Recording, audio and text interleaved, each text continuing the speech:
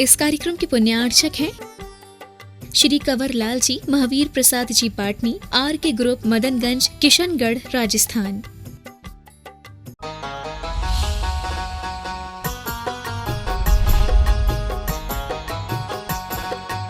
गया है। स्तुति के लगभग 4 काव्य आप लोगों ने पढ़ लिए हैं। आगे का 5वां काव्य पढ़ते हुए यह संस्कृत का छंद पढ़ते हैं। लोकालोक निरंतर प्रवितत ज्ञानैक मूर्ते विभो नानारत्नपिनद्ध दण्डरुचिर श्वेता तत्पत्रत्रय त्वत्पादद्वयपूतगीतरवतः शीघ्रं द्रवन्त्या मया दर्पाद्मातमृगेन्द्रभीमनिनदात् वन्या यथा कुंजरा। आचार्य कहते हैं, भगवान शांतिनाथ की स्तुति करते हुए कि हे भगवान, आप ज्ञान की एक मूर्ति हैं और ऐसा ज्ञान लोकालोक निरंतर प्रवितत, जिस ज्ञान में लोक अलोक का विस्तार निरंतर फैलता रहता है, जिस ज्ञान में लोक और अलोक पूरा का पूरा परिलक्षित होता रहता है और वह उस ज्ञान में लोटता सा रहता है। लोटता जानते हो? हाँ? जैसे बच्चा फर्श पर लोटता है, ऐसे ही भगवान के ज्ञान में 3 लोक लोटता रहता है ना? लोटता और लौटता, इसमें अंतर होता है। भगवान का ज्ञान केवल एक दर्पण की तरह अपने स्वस्वरूप में स्थित इतना निर्मल और सुंदर होता है कि उस ज्ञान के अंदर लोक और अलोक का विस्तार जितना भी है वह सब उसी ज्ञान में आकर के अपने आप प्रतिबिंबित होता रहता है। और ऐसे उस ज्ञान मात्र स्वरूप को भगवान धारण किए हुए होते हैं। यह भगवान का एक अंतरंग का वास्तविक स्वरूप बताया गया है। कल्पना करें, हम भी आत्मा हैं और भगवान भी आत्मा है। हमारी आत्मा में भगवान है और भगवान की आत्मा में भगवान प्रकट है। हमारी आत्मा में भगवान होते हुए भी हमें उस भगवान का कोई भी पता ठिकाना नहीं, लेकिन भगवान की आत्मा का भगवान प्रकट हो गया है। आत्मा में से ही इस तरह की शक्ति प्रकट होने का नाम भगवान आत्मा कहा जाता है। क्या बोलते हैं? आपकी आत्मा में अगर भगवान बनने की शक्ति है तो आपकी आत्मा को भी भगवान आत्मा कहा जा सकता है, क्योंकि आत्मा भी पहले से भगवान बनने की क्षमता रखती है। इसलिए उस आत्मा की शक्ति को उजागर करने के लिए भी आपसे कहा जाता है, हे भगवान आत्मा सुनो। क्या कहा जाता है? या इस तरह से कहा जाता है या कहा जाता है, हे भव्यात्मा सुनो।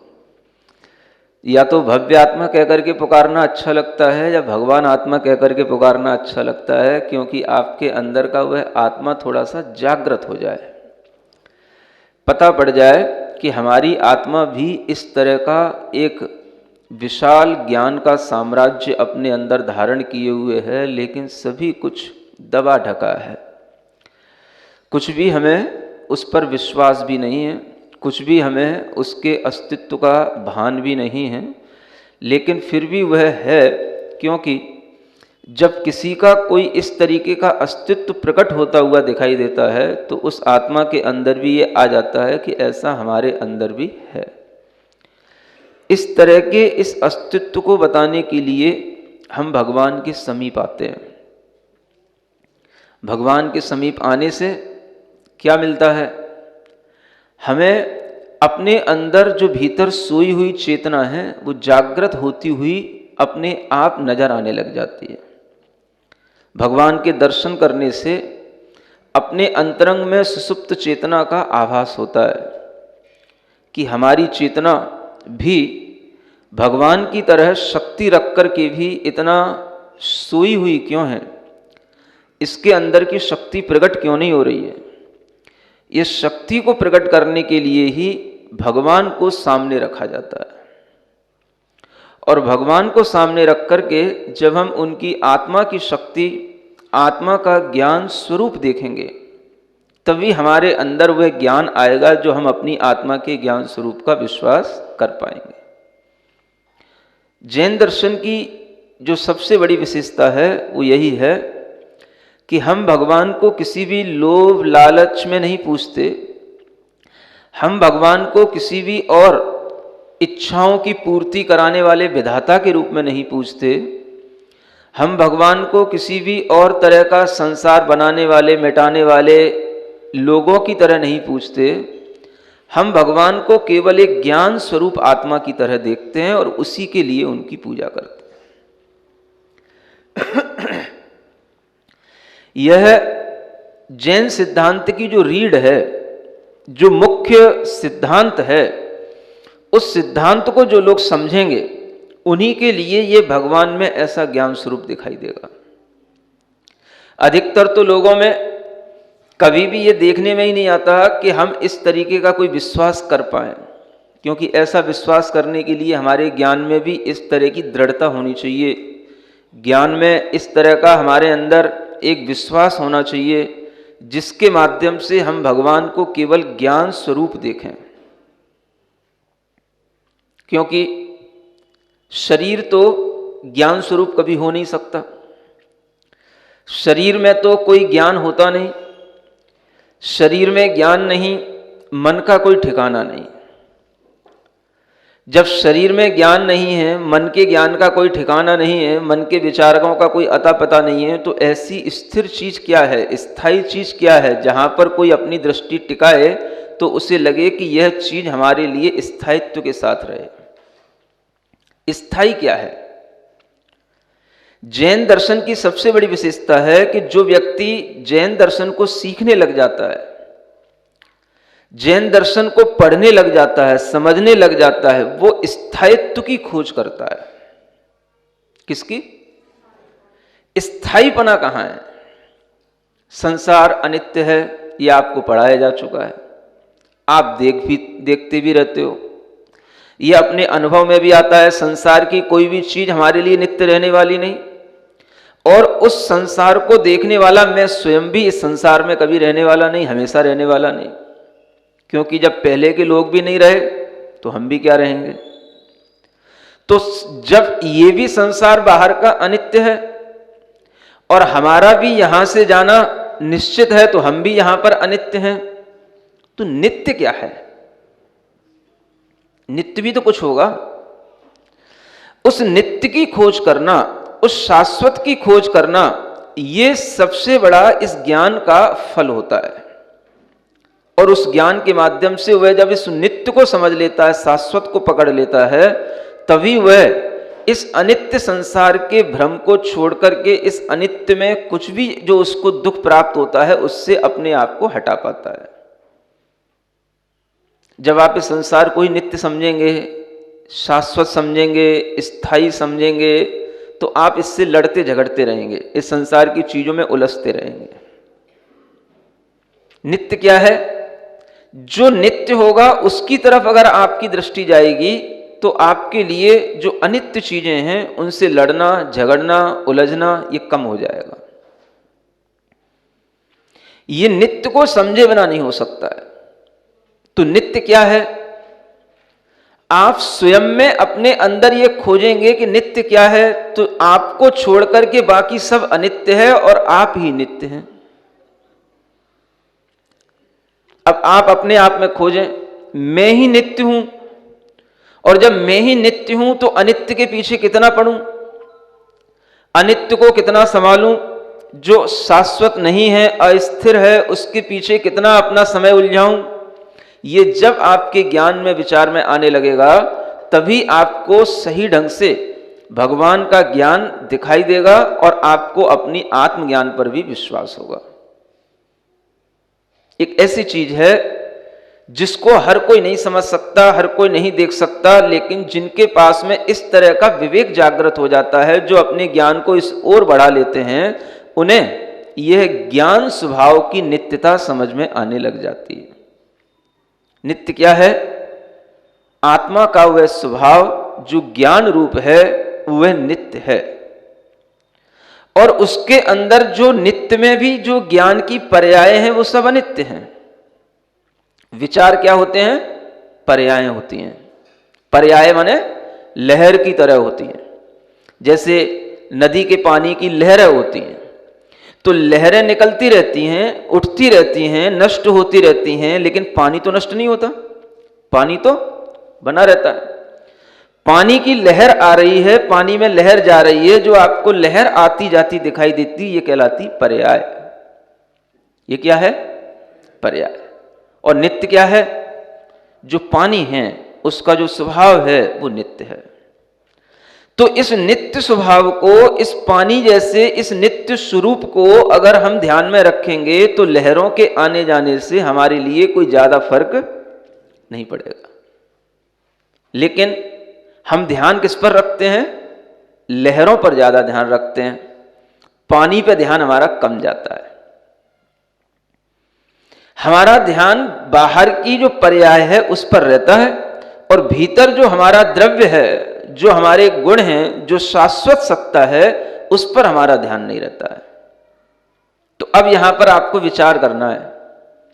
एक आत्मा है, आत्मा के अंदर ज्ञान है, और ज्ञान की अनेक अनेक पर्याय यानी परिणतियां हैं। अब इनमें हम कहां उलझते हैं? हम हमेशा पर्याय में उलझते हैं, परिणति में उलझते हैं।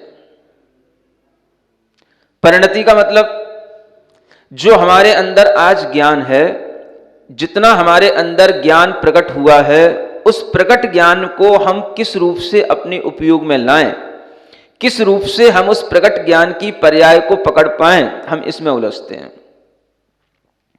हम ज्ञान का जो गुण है, आत्मा का जो ज्ञान स्वभाव है, उसमें नहीं उलझते हैं। हम उलझते हैं वो ज्ञान किस रूप में काम कर रहा है। अगर हमारी स्मृति अच्छी है तो हम उस स्मृति में चीजें बढ़ाते चले जाएंगे। माने हम पर्याय, स्मृति भी क्या है? उस ज्ञान की एक लहर है, परिणति है, एक पर्याय है। और उस पर्याय में हम उलझेंगे, हम अपने अंदर ये भी याद कर सकते हैं, ये भी याद कर सकते हैं, ये भी याद कर सकते हैं, ये भी याद कर सकते हैं, उसको रखते चले जाएंगे, क्योंकि हमारे पास में स्मृति है। तो हम उस पर्याय में उलझ रहे हैं, ज्ञान में नहीं उलझ रहे हैं। हम किस में उलझ रहे हैं? पर्याय में। किसी के अंदर स्मृति कम है, हमको कुछ याद नहीं होता, हमको 2 दिन याद रहता है, हम 1 दिन याद करके भूल जाते हैं, हम बार बार याद करके भी याद नहीं कर पाते हैं, वो एक उसमें उलझ गया। ये भी क्या है? ये भी ज्ञान की परिणति है। स्मृति ज्ञान का होना या नहीं होना, ये दोनों ही ज्ञान की लहरें हैं। ज्ञान नहीं है, ये ज्ञान की लहरें हैं। जल और जल की लहर, ज्ञान और ज्ञान की लहर। जो लहर है वो लहर की तरह आएगी, लहर की तरह चली जाएगी, और जो शाश्वत है वो रहेगा, लहर के बिना भी रहेगा, लहर के होने पर भी रहेगा। ये नहीं समझ पाते हम। ज्ञान आत्मा का स्वभाव है, तो ज्ञान आत्मा में था, है और रहेगा, लेकिन उस ज्ञान की जो परिणतियां हैं, हमें थोड़ा ज्यादा समझ में आ रहा है, हमें कम समझ में आ रहा है, हमें जल्दी याद हो जाता है, हमें देर से याद होता है, हमें बिल्कुल ही समझ में नहीं आता है, हमें सब चीजें रटी पड़ी हैं, हमें खूब याद है। ये दोनों ही प्रकार की जो चीजें हैं, ये दोनों ही तरह की ज्ञान की लहरें हैं, और ये दोनों ही शाश्वत नहीं है। लहर कभी शाश्वत होती नहीं, पर्याय कभी भी स्थायी होती नहीं, चाहे वो पर्याय इस अच्छे रूप में हो, चाहे वो पर्याय बुरे रूप में हो, चाहे वो पर्याय हमारे लिए ग्रहण करने योग्य हो, चाहे वो पर्याय हमारे लिए छोड़ने योग्य हो, पर्याय तो हमेशा छूटेगी। जिनको स्मृति अच्छी है, जिनको लहर अच्छी आती है, जब स्मृति अच्छी होगी तो एक लहर अच्छी आएगी। अच्छी लहर का मतलब वो लहराएगा, लहर लहर लहराए जैसे केसरिया झंडा, ऐसे ही वो जो है लहराता है। कौन? जिसमें ज्ञान थोड़ा सा अधिक होता है, जिसमें स्मृति की क्षमता अच्छी होती है, तो वो फिर अपने मद में लहराने लग जाता है। समझ आ रहा है? तो वो भी एक लहर है, लेकिन वो लहर उसके लिए अच्छी है, इसलिए वो उसमें लहराने में थोड़ी सी प्रसन्नता महसूस करता है, लेकिन वो लहराना भी हमेशा रहने वाला नहीं है। और जिसमें ज्ञान कम है उसमें लहरानापन आता नहीं, तो उसमें घबरानापन आता है। वो लहर उसकी जो है वो उसके अंदर घबराहट के रूप में आएगी, वो उसमें घबराना आएगा, मुझे याद होता नहीं, मुझे समझ आता नहीं, मैं क्या करूं, मैं क्या करूं। तो उसके लिए इस प्रकार की लहर आती है। वो भी लहर शाश्वत नहीं है, वो भी हमेशा रहने वाली नहीं है। समझ आ रहा है? लहर कभी भी शाश्वत नहीं होती। ज्ञान की ये सभी प्रकार की लहरें, ज्ञान की ये सभी प्रकार की परिणतियां, चाहे वो थोड़ी सी ज्ञान के प्रकट रूप हों या अप्रकट रूप हों, ये दोनों ही ज्ञान की पर्याय हैं। क्या है ये? पर्याय। इन्हें समझें हम। इस पर्याय का बखान, व्याख्यान आपको केवल भगवान की वाणी में मिलेगा। पर्याय में अगर हम उलझेंगे तो पर्याय से हमें कभी भी शांति नहीं मिलेगी, सुख नहीं मिलेगा। सुख मिलेगा किसमें? जिस चीज को हम शाश्वत के रूप में देखेंगे, नित्य के रूप में देखेंगे, उसमें हमें सुख मिलेगा। अनित्य के रूप में जो चीजें हमारे होंगी वो सुख के रूप में आएंगी और फिर दुख दे करके चली जाएंगी, क्योंकि सुख के रूप में आई थी, लहर आई थी, चली गई तो उससे दुख हो गया। तो जो सुख, ये इस तरीके का पर्याय का सुख होता है, वह सुख तो होता है लेकिन दुख दे करके जाता है। इसलिए ज्ञानी लोग इस सुख की भी अपेक्षा नहीं करते हैं। ज्ञानी लोग किसको देखते हैं? जो हमेशा एक जैसा बना रहने वाला ज्ञान स्वभाव है, वह आत्मा का स्वभाव आत्मा के अंदर सदैव बना रहता है। उस स्वभाव को देखते हैं।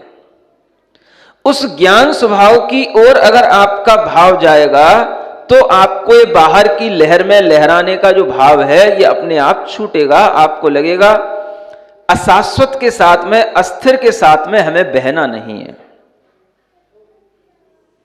हवा के साथ में हम बहेंगे कब तक? अगर हम हवा के साथ ही बहते चले जाएंगे तो फिर हवा जहां ले जाएगी हम वहीं तक जाएंगे, हवा जहां छोड़ देगी हम वहां छूट जाएंगे। हवा के साथ बहना होगा तो हवा के कारण से ही हम बह रहे हैं, तो हवा के आश्रित हो गए, हम पराश्रित हो गए।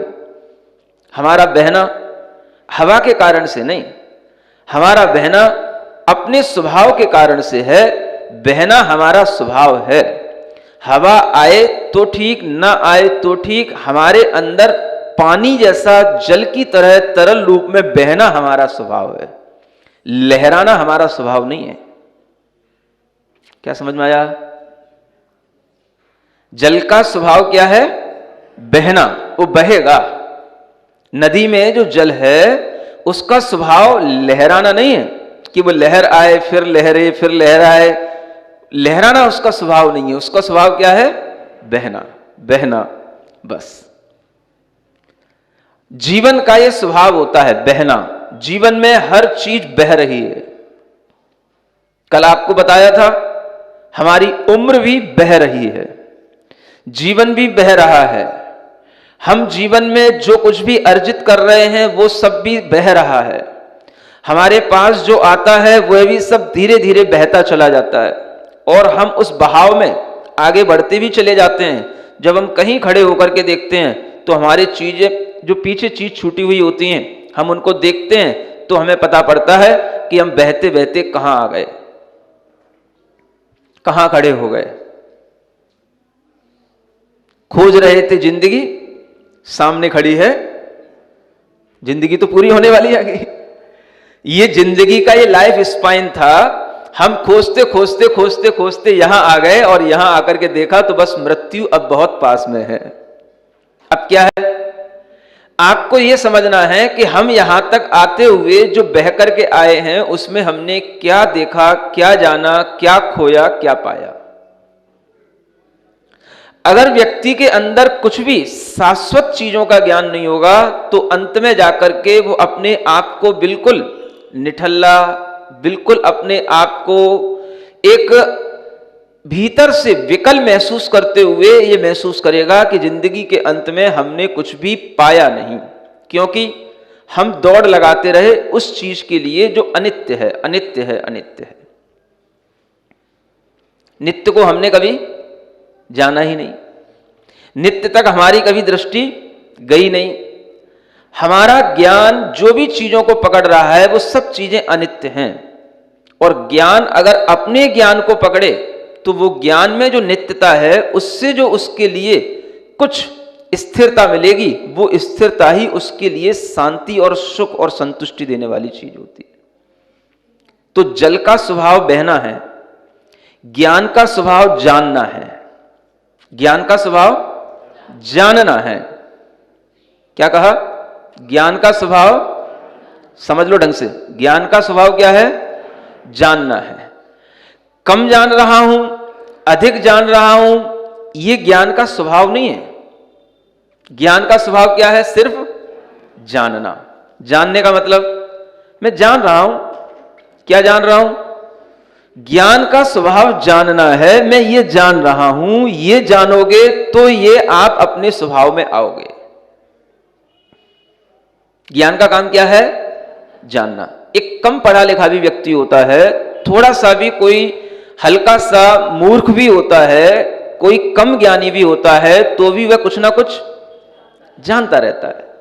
यह भी जानता रहता है कि ये मुझे कैसा जान रहे हैं। नहीं समझ में कोई ज्ञानी जब सामने खड़ा होता है तो वो ये भी जानता रहता है ये मुझे ऐसा जान रहे हैं कि जैसे मुझे ज्ञान है नहीं है, मैं कुछ कम जान रहा हूं, ये ज्यादा जानते। ये भी वो जान रहा होता है जिसको कम ज्ञान होता है, नहीं जानता है।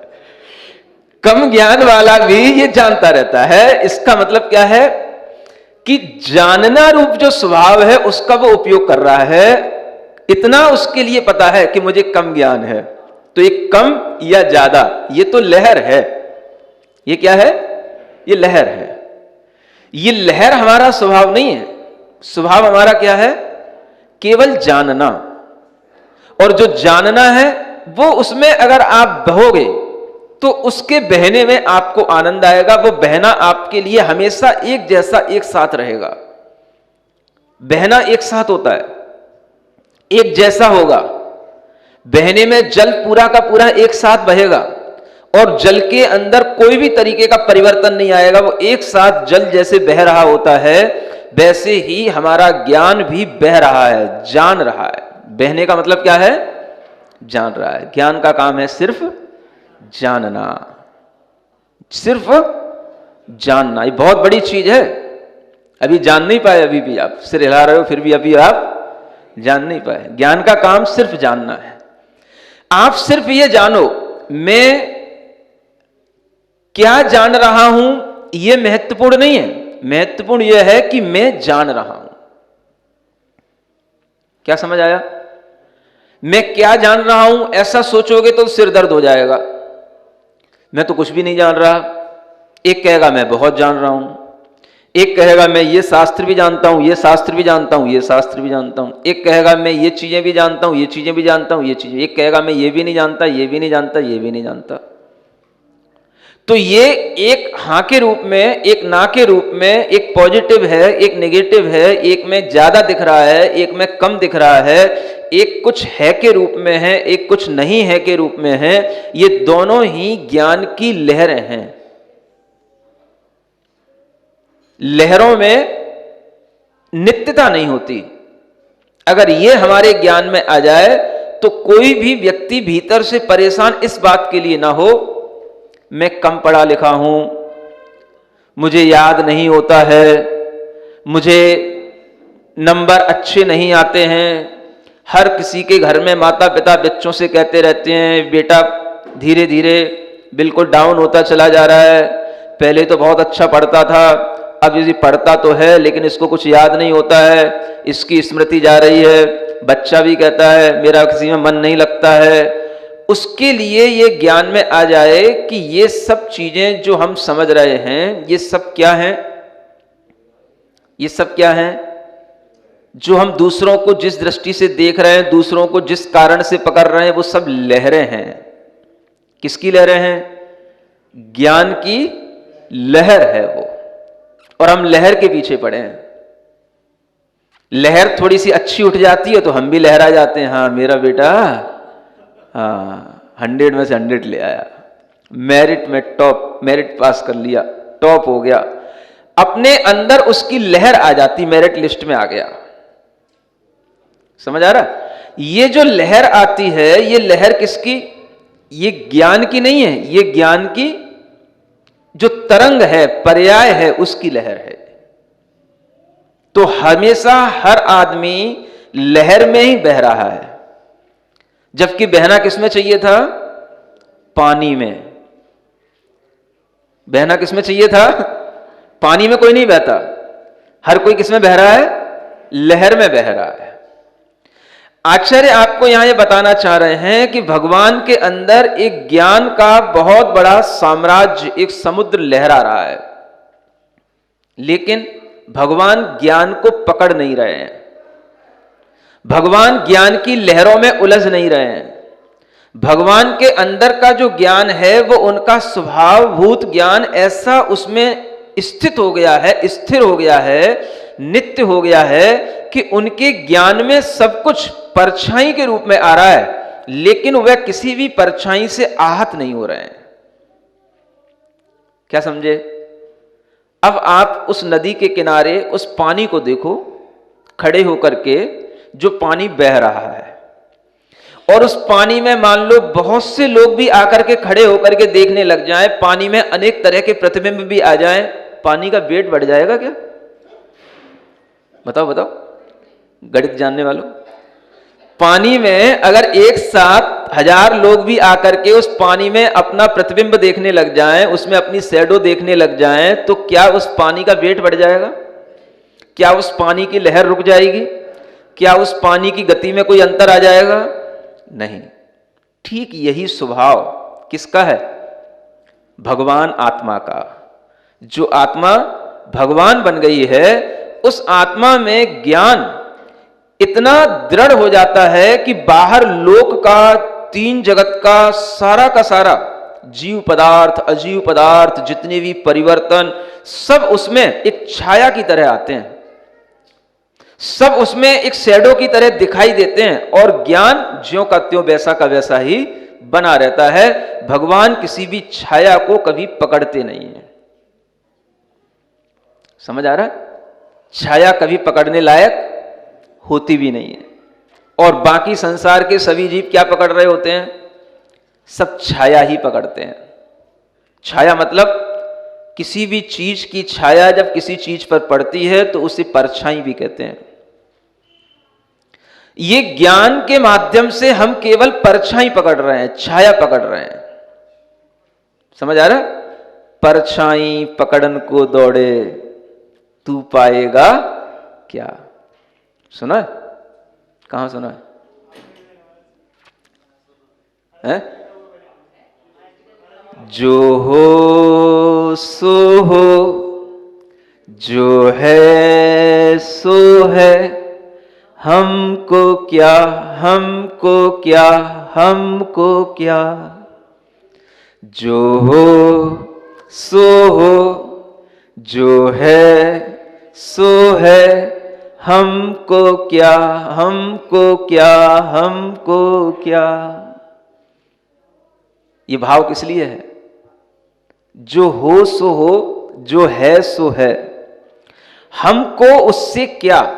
अगर हम उससे इस तरह का एक डिफरेंस बना करके रखेंगे तो हम जगत में जो कुछ भी हो रहा है उसको हम एक लहर की तरह देखेंगे, बहता हुआ देखेंगे, हम उसमें उलझेंगे नहीं। अपने आप को जगत से, इस संसार की तरह तरह की मोह माया से, विषय वासनाओं से डिटैच करने के लिए आपको इस तरह का भाव अपने अंदर लाना पड़ेगा। हमको क्या, हमको क्या, हमको क्या। समझ आ रहा? पत्नी दौलत बेटी भाई कर्म फलों की है परछाई। पत्नी दौलत बेटी भाई कर्म फलों की है परछाई। परछाई पकड़न को दौड़े, परछाई पकड़न को दौड़े, तू पाएगा क्या, जो हो सो हो, जो है सो है, हमको क्या, हमको क्या, हमको क्या। समझ आ रहा है? हमको क्या मतलब हमको उससे क्या हो रहा है। अगर हमको उससे कुछ भी हो रहा है तो इसका मतलब है हम अपने स्वभाव में नहीं आ रहे हैं। भगवान की आत्मा में पूरा जगत आ रहा है, लेकिन फिर भी भगवान को उससे क्या, उससे क्या, उससे क्या। ये कौन कह रहा है? अगर इसको भगवान की तरफ से बोलना शुरू करो तो भगवान कह रहे हैं ये बात। कौन कह रहा है? हमको क्या, हमको क्या, हमको क्या। अब देखो भगवान की आत्मा में और अपनी आत्मा में कितना अंतर हो गया। ये लाइन जो भगवान की तरफ से मानो आ रही है, भगवान की गूंज है, ये भगवान की तरफ से कही जा रही है। भगवान कह रहे हैं हमको क्या, हमको क्या, हमको क्या। मतलब भगवान को किसी भी चीज से कोई फर्क नहीं पड़ रहा है। और वास्तव में भगवान वही होता है जिसको दुनिया के किसी भी हलचल से कोई फर्क ना पड़े। चाहे कोरोना दूसरा आ जाए, चाहे ब्रिटेन से आ जाए, चाहे इंग्लैंड से आ जाए, कोई भगवान को कोई फर्क नहीं पड़ रहा। कितने मर गए, कितने मरते रहेंगे, भगवान को कोई फर्क नहीं पड़ता। कितने आतंकवाद लोग फैलाते रहेंगे, कितने लोग कहां जलते रहेंगे, कितने लोग कहां पर घायल होते रहेंगे, भगवान को कोई फर्क नहीं पड़ता। एक दृष्टि से आप देखोगे भगवान को कोई फर्क नहीं पड़ता। हमको क्यों पड़ता है? आपकी दृष्टि में अभी वो है ही नहीं कि भगवान में क्या होता है, भगवान का ज्ञान कहां तक पहुंचा है, इसलिए भगवान को कोई फर्क नहीं पड़ता। आप अपनी दृष्टि से भगवान को देखोगे तो हो सकता है आप भगवान पर भी आरोप लगा दो, अरे भगवान को कुछ होता नहीं, भगवान तो बेदर्द है। भगवान क्या है? बेदर्द है। बेदर्द माने हाँ कुछ नहीं होता, उससे तो अच्छा हम है कि हमदर्द होते हैं हम लोग। आप आरोप लगा सकते हो भगवान के ऊपर, क्योंकि आपका ज्ञान उतना है ही नहीं। जो भगवान सोच रहे हैं वहां तक हम सोच ही नहीं सकते हैं। इसलिए कई लोगों को इस भजन पे भी आपत्ति हो सकती है। समझ आ रहा है? लोग क्या सोचेंगे, हमको क्या, अरे देखो यहाँ दुनिया में तो कोरोना से मर रहे हैं, हमारे घर में तो लोग बीमार पड़ रहे हैं, महाराज करे हमको क्या, हमको क्या। तो ऐसे मूर्खों के लिए भजन नहीं है ये। समझ आ रहा है? जिनका ज्ञान कुछ लेवल कुछ बड़ा हुआ होगा उनको ही ये भजन समझ में आएगा। जो मोह में पड़े हुए हैं, जो आसक्तियों में पड़े हुए हैं, उनके लिए तो ये भाव आ ही नहीं सकता कि हमको क्या, हम तो मर रहे हैं। तो मर रहे हो तो फिर हमको क्या, ऐसा हो ही नहीं सकता है। अगर आप किसी की आसक्ति में परेशान हो रहे हैं, मर रहे हैं, किसी भी तरह के व्यापार की घटनाओं से, दुर्घटनाओं से आहत होकर के अपना दिमाग खराब कर रहे हैं, तो आपके लिए ये भजन कुछ काम का हो भी सकता है, नहीं भी हो सकता है, लेकिन ये डिपेंड करता है कि आप उसमें कितने आसक्त हैं। इसलिए कई लोगों के लिए भजन उल्टा भी लग सकता है। दुनिया में तो हाहाकार मच रहा है, दुनिया में तो किसानों के आंदोलन चल रहे हैं, दुनिया में तो तरह तरह की आपदाएं आ रही हैं, और महाराज करें हमको क्या, हमको क्या। ऐसे सब लोग करने लग जाए हमको क्या, हमको क्या, तो हो गया फिर। समझ आ रहा है? सोचने की बात है बस। अगर आपका लेवल दिमाग का उतना ही है कि आप अपनी लहरों में बह रहे हो और लहरों को ही अपना मान रहे हो और लहरों में ही आसक्त हो रहे हो, तो आपको ये भजन का मर्म कभी समझ नहीं आ सकता। लहरों से जब ऊपर उठोगे, केवल ज्ञान के स्वभाव को जानोगे, तब आपको इस भजन का मर्म समझ में आएगा। भगवान की आत्मा को देखोगे तो आपको ये मर्म समझ में आएगा कि मानो ये आवाज भगवान के अंदर से आ रही है। जैसे भगवान कह रहे हैं मुझको क्या, मुझको क्या, मुझको क्या। क्या हो रहा है भगवान को? दुनिया पलट जाए, इधर की उधर हो जाए, पूरा का पूरा प्रलय काल आ जाए, कल्प काल में कितने भी परिवर्तन आ जाएं, लेकिन भगवान के ज्ञान में कोई परिवर्तन आने वाला, वो सब उनके ज्ञान में परछाई की तरह लौटेगा बस, और लौटेगा और लौट जाएगा। क्या होगा? भगवान के ज्ञान में वो परछाई की तरह लौटेगा और फिर लौट जाएगा। लौट जाएगा मतलब वो परछाई तो हमेशा रहती नहीं, परछाई भी बदल जाती है, आई और गई। तो ज्ञान में बस बाहरी जगत बस आए और जाए, और ज्ञान ज्यों का त्यों बना रहे, उसको ये भाव भीतर से आएगा, हमको क्या, हमको क्या, हमको क्या। जिन्हें भगवान बनना है, जो भगवान के ज्ञान स्वभाव को जानते हैं, वो लोग जानते हैं कि ये बात कहां से आ रही है। जगत में जितनी भी चीजें हैं, ये सब हमारे आसपास जो कुछ भी उपलब्धियां हैं, जो कुछ भी हमारे परिवार, व्यापार आदि हैं, ये सब हमारे कर्म के फलों की परछाइयां हैं, और हम उलझे हुए हैं सिर्फ परछाइयों में। हम वहां तक पहुंचते ही नहीं जहां से ये छाया उत्पन्न हो रही है, और हम इस परछाई में ही राग और द्वेष करते हैं, परछाई में ही आसक्त होते हैं, परछाई से ही विरक्त होते हैं। हम कभी भी उस ओरिजिनल सोर्स की तरफ नहीं जाते हैं जहां से परछाई उत्पन्न हो रही है। किसकी परछाई? जब ये परछाई हमारे अंदर हमें परेशान करने लग जाए, तब हमें समझ में आना चाहिए कि ये परछाई हमको क्यों परेशान कर रही है। जो दुनिया को जान रहे हैं उनको क्यों नहीं परेशान कर रही है, हम थोड़ा सा जान रहे हैं तो हमको परेशान कर रही है। आप जानते ही कितने से हो? आपने जान लिया भारत में इतने संक्रमित हो गए, विश्व में इतने संक्रमित हो गए, विश्व में इतने लोग मर गए, आप परेशान हो गए। भगवान नहीं जान रहे क्या? उनको क्यों नहीं हो रही कोई परेशानी? बताओ। अगर आपको भगवान का स्वरूप जानने में आता है, तो आपको उनके ज्ञान का स्वभाव भी जानने में आना चाहिए कि वो ज्ञान क्या कर रहा है और हमारा ज्ञान क्या कर रहा है। अगर भगवान के ज्ञान पर आपका विश्वास है, तो आपको उस ज्ञान को उसी रूप में देखना है कि जब भगवान का ज्ञान परेशान नहीं हो रहा है, तो हमारा ज्ञान क्यों परेशान हो रहा है? क्यों परेशान हो रहा है? हम क्यों नहीं इस भाव में आ पा रहे हैं? हमको क्या, हमको क्या, इस भाव में हम क्यों नहीं आ पा रहे हैं, और ये भाव हमें गलत सा क्यों लग रहा है? अगर आपको कभी ये भाव गलत लगे, तो आप क्या सोचें कि ये गलती इस भाव की है, या हमारा दिमाग, हमारा ज्ञान उतना नहीं है कि हम इस भाव में अपने आप को बिठा नहीं पा रहे हैं।